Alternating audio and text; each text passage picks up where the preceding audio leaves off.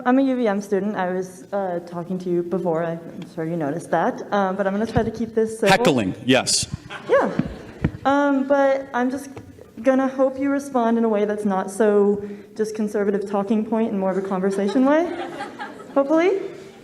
Maybe? Sure. Okay. So before there was a question about like Native American communities and treaties and stuff like that. And you were talking about how historically Native Americans have been kind of like screwed over by the US government and stuff like that. Don't you think that that history will impact how Native Americans live today and make it more difficult to succeed in America? Don't you think that would influence that? Well, I suppose a question I'll ask back at you, we've made tremendous accommodations, such as sovereignty of Native American land, entire department of the federal government dedicated just solely to that. Do you recognize that there's been great efforts to try to accommodate that? I recognize those efforts, but obviously they haven't worked. So why haven't they worked? Because it's either not enough or the way that we're doing it is, like, we need to treat it more as an equity thing instead of just saying, oh, it's a culture, like, instead of blaming it on people's, like, individual working and, like, change it societally and help them in a way that actually matters. So you do know that there's universal health care at Native American reservations, right? Yeah, but it's not very good because they don't have access to... Because it's socialistic. No. They have universal health care in plenty of European countries, and it works just fine. The flaws of the Native American... So I'm curious, how did Vermont's experiment in universal health care go? I'm not from Vermont, so I don't know these things. I didn't hear your response. Say that again. I'm not from Vermont, so I don't know these things. I moved here like 2 months ago.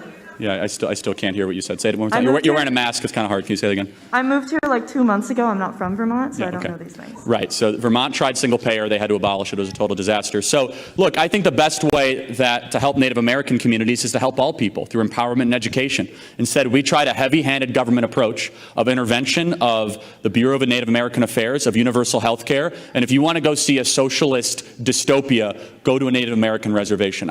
Maybe you have. Maybe you worked on Native American reservations before. I've been to plenty. They're depressing. They're government addicted, unfortunately, in more ways than one. They're very, very corrupt. And this is something I want to ask you. Would you self-identify as a socialist? Is that fair to say? Yeah.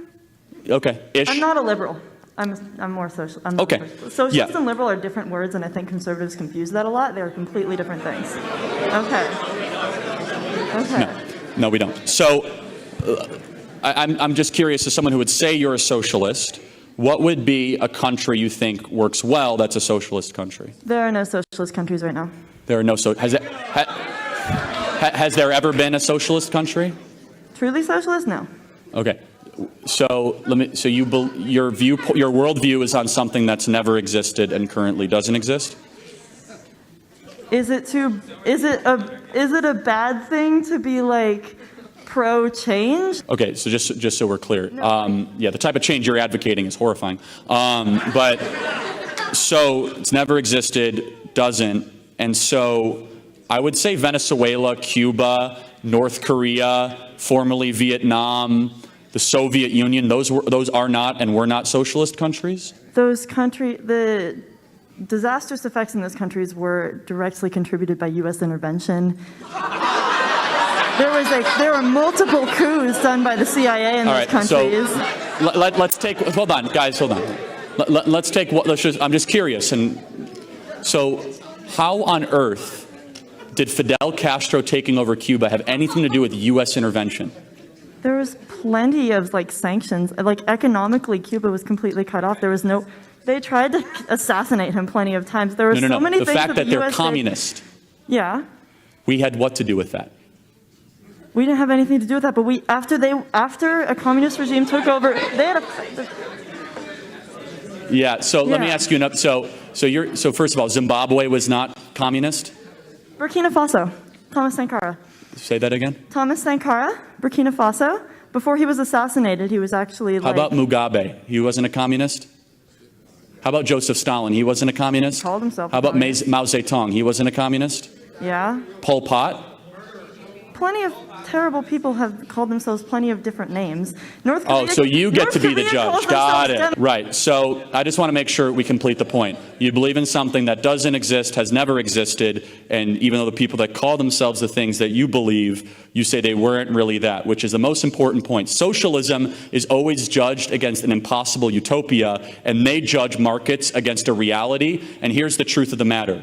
That markets, which you enjoy comfortably in Western society, is the most proven affluent creating machine in human history. And I would just challenge you to do one thing. Please stop believing in a utopian nightmare and start looking at things around you that are good, that are true, that are beautiful, that work, and are consistent with the natural law. You'll be a much happier person if you do that.